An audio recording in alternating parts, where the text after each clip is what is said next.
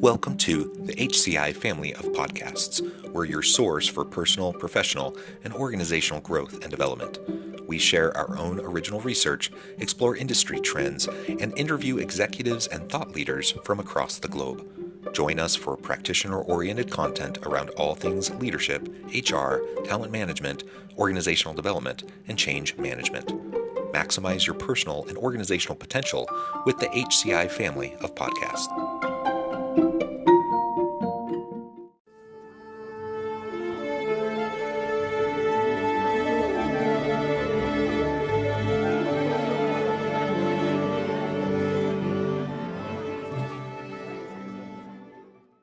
Jennifer Carlson, welcome to the conversation today. Thanks, John. It is a pleasure to be with you. You're joining us from the Seattle area. I'm south of Salt Lake City in Utah. And today we're going to be talking about the need for technology apprenticeship programs. There's so many different ways to think about the challenging skills gaps in the labor economy right now. And this is a really kind of interesting and unique way of thinking about how to address those skills gaps, technology apprenticeship programs. We have apprenticeship programs in other fields. This could be a really great opportunity if we can learn how to leverage it better. As we get started, I wanted to share Jennifer's bio with everybody. Jennifer Carlson serves as co-founder and executive director of APRenti. APRenti is a nonprofit organization that creates alternative pathways to access tech talent and help organizations address digital skills shortages while providing economic mobility to underrepresented groups by identifying, training, and placing diverse talent in tech careers. Additionally, she serves on Tech Councils of North America, Workforce Board, and as adjunct professor in graduate studies at Seattle University. Again, a pleasure to have you. Anything else you would like to highlight by way of your background or personal context before we dive on in? Other than I don't come from technology as a traditional practitioner. I actually came from insurance and other industries running large P&Ls and was an executive sponsor of tech projects. Well, why don't we start by just exploring this idea in broad terms? What exactly is a technology apprenticeship program as you conceive of it and as you've seen it play out in different spaces? And then we can dig in a little bit more as to the need and how we can best leverage it. Apprenticeship in general is a hybrid training model of a combination of classroom and hands-on skill. As you said, it happens in a lot of industries, but the word apprenticeship is most traditionally tied to the building trades, blue-collar jobs in the U.S. But in reality, it exists in medicine. We call it residency, clerking, and law. It has many names, but it's an opportunity for people to skill up, reskill, however you want to look at it, without necessarily having to go the college route, which is been the predominant location for where we find our talent today. And so they take accelerated classroom, mix it with some level of mentored hands-on skills. You put those two things together and you have an apprenticeship. And even in the university space, we see the use of apprenticeships or apprenticeship-like experiential learning is very common, increasingly common. And, I was thinking, just as you were describing some of those, things like student teaching for educators, not exactly what you're talking about, but it's a model I think most people are very familiar with, right? How it plays out. And I'm a university professor, that's my full-time gig. And I teach in the HR, organizational development change management program. And we lean very heavily on experiential learning, real world consulting projects, those sorts of things, so that by the time our students leave, not only have they, learn the coursework and the concepts and the knowledge that's going to help them be successful, but they've worked on developing the actual skills to help them be successful because they've done it. They've done the work. They've been mentored. They've been coached along the way to help them develop their chops. And, that's really ultimately, I think, what employers are wanting nowadays. They don't want someone who's just gone through kind of the quote unquote traditional university kind of experience where they've, sat through exams and regurgitated and blah, blah, blah. They want people who know how to do stuff. And apprenticeship programs is just a really great way to do it. And like you said, it's a great way to do it without the traditional kind of baggage of a university experience. And I say that as someone who is a professor at a university, and I know you are too. That has a really important role for sure in developing the workforce of the future. But there are so many people that can do amazing work that don't need to go through the traditional kind of 4-year degree process and can be reskilled or upskilled much faster through things like these technology apprenticeship programs. Yeah, I think that there's kind of 2 points of view to this, because I'm with you. I mean, you and I probably went through traditional higher ed for ourselves the same way. Um, we have a growing divide in this country of people choosing not to go to the university route for one of many reasons, whether it's the Hmm. cost or it's simply not something that was part of their upbringing, right? And this Yeah. is or from a learning modality perspective, that isn't their preferred learning modality. They prefer a Yeah. hands-on environment, and universities don't necessarily give it that way. And so, fewer than 70 or 30% of America go to university, and only about 2/3 of that graduate from it, which means the density of our population isn't going near a university, which Yeah. means if we're going to find a way to close the talent gap, and I do believe that there are amply enough people in this country domestically that can do the work. They just need a different learning modality to get to it. Then we're going to be in a perpetual upside down problem, and we have it in all sectors. This isn't just a tech problem. Yeah. The other half of this equation is it's not about replacing the baggage, as you called it, the university track. It's let's put the emphasis where it belongs. And we've made a mistake since the 80s in this pivot towards universities and colleges and four-year degrees being what we perceive to be as the gold standard, and saying you have to have one. And now we've put that requirement or limit on every job in tech, even customer service and entry-level jobs. And the reality is a lot of the jobs in tech don't require that. Hmm. Hmm. So we've kind of created our own bottleneck in a way. And so, not to take anything away from universities, we've got internships that we do, but there's not a lot of consistency in those, whereas an apprenticeship is a more rigorous and standardized system so that you know what you're getting out of it. And if somebody has completed an apprenticeship in technology as a software developer in company A, and they change to an industry in another company, but it's for the same kind of job, the core functions of those jobs stay the same. Right? They look more like an electrician than we think, because the current runs the same way for everybody. Well, writing Java looks the same virtually for everybody, with distinctions made for HIPAA compliance if you're doing it in healthcare versus financial services compliance if you're doing it in high finance. But the core still looks the same. Well, that's what an apprenticeship does, whereas an internship, which is what we're used to, doesn't necessarily do that. You may go to an internship for 6 months and do 6 different things for a month, or an internship for 6 months and do one thing for 6 months. And there's no consistency to that for companies to be able to consume. And then the bigger issue is we have a limit, and we have hit that limit. We only graduate 85,000 computer science degrees, which is the preferred degree for this sector, a year at the 4-year level. We're opening hundreds of thousands of jobs annually. There's no way to close that gap. We left over 1 million jobs open last year. College alone can't close that. So we're going to have to find a parallel path and create another way in. And the best way to design that is not, yes, there should be some increased capacity on the university side, but there also needs to be a pathway for people where university just isn't part of the journey. Yeah, and one of the things that I really appreciated about your nonprofit that you do work with is specifically utilizing things like technology apprenticeship programs to reach out to underrepresented groups. And so we know, for example, you just shared a bunch of stats around, college attendance and finishing college. We know that underrepresented groups are less likely to go to college in the first place, and if they do go, they're less likely to complete and to finish. And so in some cases, it's even worse for them to go to college, because if they go to college and they incur all this debt and then they walk away a couple years later, there's all the opportunity costs of all the time invested plus all the debt, and they're no closer to having any credential to help them be successful in the workforce. And that's one of the, I think, pretty valid critiques of higher ed right now, is we have to find a better way to serve diverse populations, and these types of apprenticeship programs really open up opportunities and reduce barriers to entry, I think, for a lot of individuals who otherwise might not be best served through a traditional 4-year kind of education. Agreed. And the good thing about this, and we designed it this way from the get-go, there's no cost to the people coming through the program. So the education and the training cost is right now being borne, frankly, by state and federal government with the employer. And so they're getting through the classroom training to get the fundamentals for the specific job that they're going to go into as an apprentice.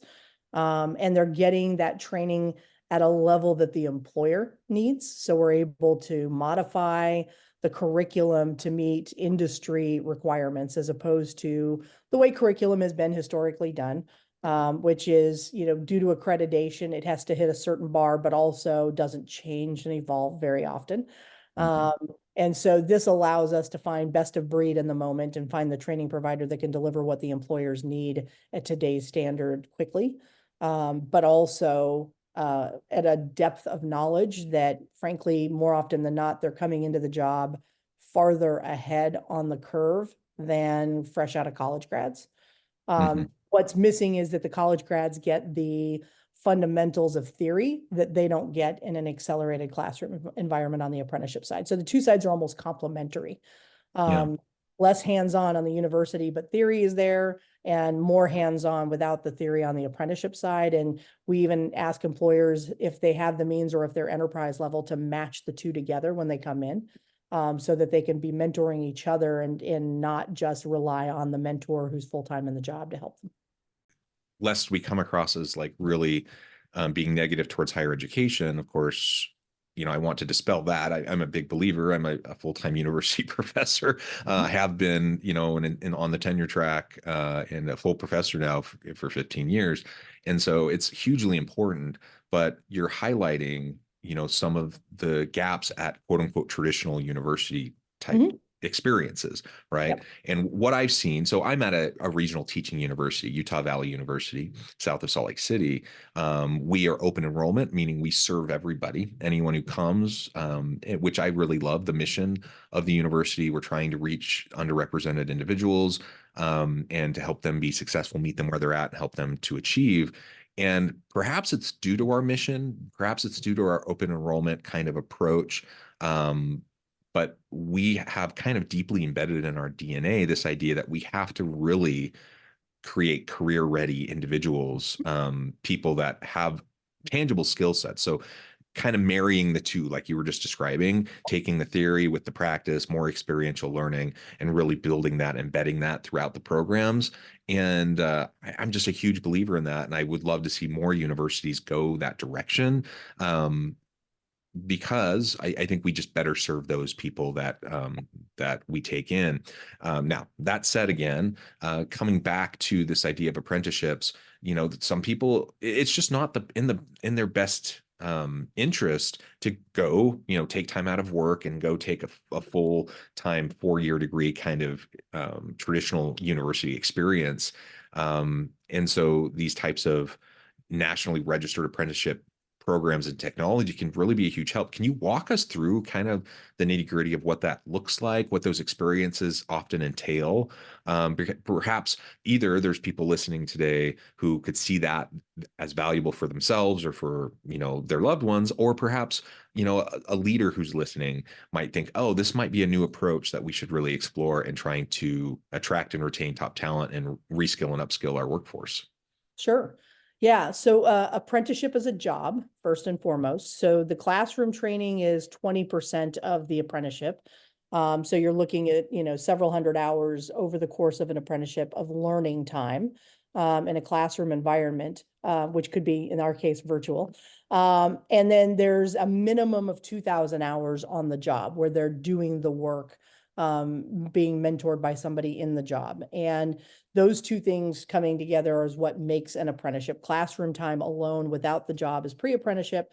The job has to be there as part of the equation. So it's an earn and learn model. You're being paid an apprentice wage, which is below the wage of a fully qualified person, but it's still an employee wage with benefits and everything that comes with that for you in that 2,000 hours. The apprentice comes to us, for the record, median age in our program is 32. So these are people who are further along in life. To your point, they're either not able to go back to school and start over at that stage, or they're going to be doing it in an online environment, or a night and weekend kind of environment, which sadly in our industry from a tech perspective is not where most of the recruiting gets done, but it is where the greatest audience is. So you put those two things together. The apprentices come through and take a basic skills assessment online at apprenticareers.org. And that teaches us what they're at a math competency level and basic logic and critical thinking. Are they good problem solvers? Those are really the two most important facets to getting into tech. Math is really at an algebra level with some geometry. Yeah. You're not writing algorithms in your head or fixing code, right? We just want to see what your baseline is. If you score over an 80, you're in our candidate pool. And the employers are coming in and putting up jobs and saying, we're going to take 5 cyber analysts, we're taking 10 software developers, we're taking 20 cloud operations people, whatever that platform is that they need the additional help in, where they've got staff that they can pair up, they're committing that headcount to an apprenticeship. And we work with them to internally work through culture and how to onboard, how to even interview differently, because these are not technology-centric interviews. These are soft skills interviews because you're sponsoring them to learn in the job. Right. And we're kind of facilitating, as I jokingly refer to it, eHarmony for tech. And we're doing the quantitative and the qualitative. The quantitative is that skills assessment that you have to score 80 on before you're in my pool. But then we're going to interview you to get at what skills are you bringing to the table. If you've only worked in food service, you've got, supply chain and payroll and hiring and times, and you've got all of these skills that when they're de-identified from where you did them, have greater value to the employer. And that's what we're sharing with the employer, are the skill sets you bring to the table. And then they're choosing the candidates they're going to pull in that are being sent to class, with that cost being covered by federal government, state governments, and employers. And then they have a start date, and they're going to go to that job. They're going to know who that employer is before they get going. They've got a job offer. The only thing stopping them from getting to that is the completion of the classroom time. Unlike the building trades, where you think of apprenticeship and they might do 5 years where you're 1 day in classroom and 4 days on job, the tech sector said, we don't have that capacity. We move too quickly and too much changes. So we've compressed the classroom time to the front of the apprenticeship. So you'll do 4 or 5 months in classroom before you start your job, and then you do that for a year. And then at the end, 88.5% of them stay with their employer of record and are full-time employees at full rate, and are now in the sector, and they're overlooking or doing away with, let's say, the college degree requirement. You've now proven that you have it, call it a 1-year audition, right? You've now proven that you can do the work, you know their systems, you know how they operate, you've been ingrained in their organization, and they're happy to keep you. That's their whole point in doing this, is it's a train to retain model for employers to cultivate new talent. Yeah, I love so much about that. I love that this is something you're learning while you're doing, you're getting paid while you're learning, while you're doing, that so many of those individuals are retained by the organizations into more traditional full-time, normal industry rate employment after completion. All of that's incredible. And I also, as an HR professor, one of my biggest pet peeves is the arbitrary requirements that you see in so many job postings about years of experience or degree, requirements. Is it necessary sometimes to have a college degree? Sure. Is it necessary sometimes to have 3 to 5 years of experience? Sure. But what you end up seeing in like almost every job posting is, like, by default, they say 4-year degree and 3 to 5 years of experience. And then you're just like, well, what in the world is anyone supposed to do? It's just so How do I dumb. get it if I can't get it? Yeah, it's just so dumb. And so you're artificially reducing your candidate pool by having those types of requirements. So I'm really happy to see that many organizations are really challenging the status quo on that, and pulling back and recognizing, oh, does it actually matter? If it does, great, keep it. But if it doesn't, then let's pull it back, and that will allow us to hire a much more diverse workforce, and meet the skills gaps that we have. Because like you said, we have this huge skills gap. We're not graduating enough people from a traditional university degree program to fill all these jobs. But we have people, like we have tons of people in this country who could do this work if we make it more accessible to them. That's right. There's a huge level of underemployment. Because we focus on underrepresented minorities, women, veterans, persons with disabilities, those are our targets for bringing into this.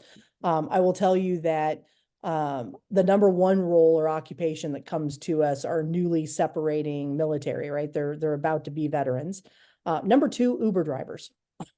Like, these are people who have been working, and have a desire for something more, but either don't know where to start and can't get going, or don't have the means to just quit and go back and start over. And so, yeah, 31, 32 makes sense for that population to say, okay, it's time for me to kind of settle in and find an actual career. And what's a better way of getting there than through an apprenticeship rather than going to university? From a earnings perspective, just to kind of, give a framework for people to think through, 25% of the people who come to us are unemployed or long-term unemployed. And then of the 75% that have an employment record or are employed coming to us, they're earning just under $40,000 a year. And a lot of them are working 2 jobs to do that. So underemployed. And then in the apprenticeship, the national average, and obviously Midwestern market will be lower and coastal will be higher. You're looking at in the 60s in their apprenticeship, plus benefits and everything that comes with that. And the retained wage nationally is in the mid 80s. So you're looking at 17 months, 18 months going from unemployed or just under 40 to 85 plus. Yeah, incredible. So what would you say to employers who are looking at upgrading their employment by joining the tech space in this way using technology apprenticeship programs? A couple of things. We've learned along the way that you can have all the executive sponsors in the world. But at the end of the day, if it doesn't transcend the entire organization, it doesn't work.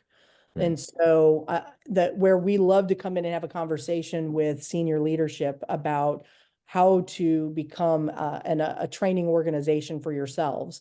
The first thing I'm going to ask is, what are you doing to address this in your culture and change it throughout your organization? Because if your recruiters, since you're an HR professional, are still only going out looking for the college degree, 3 to 5 years experience, like, it isn't transcending, you're not changing your behavior.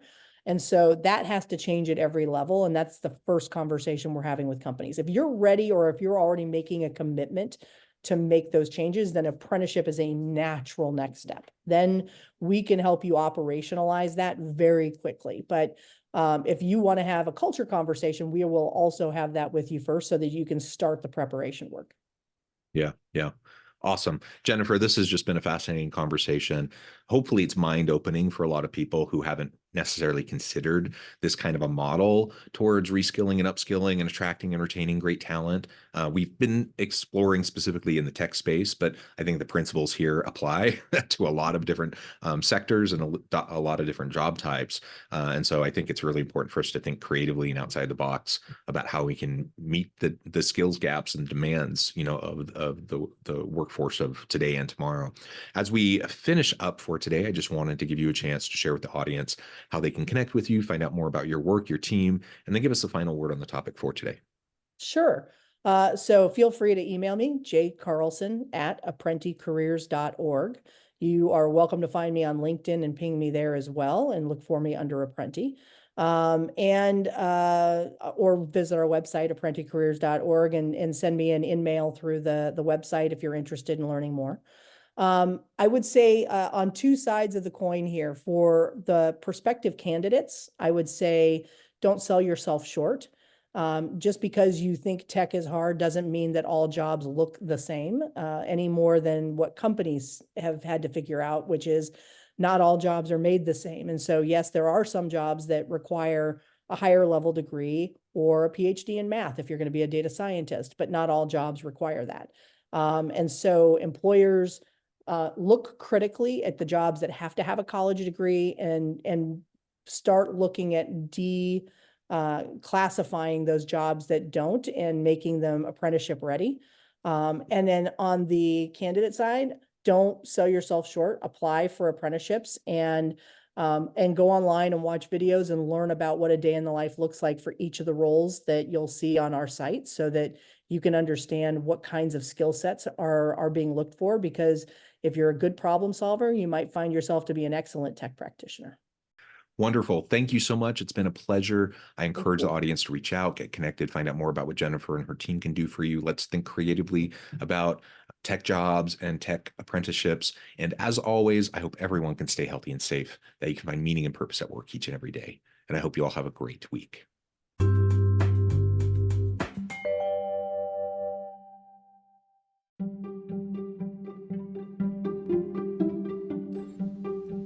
Thanks for joining us for this episode of the podcast.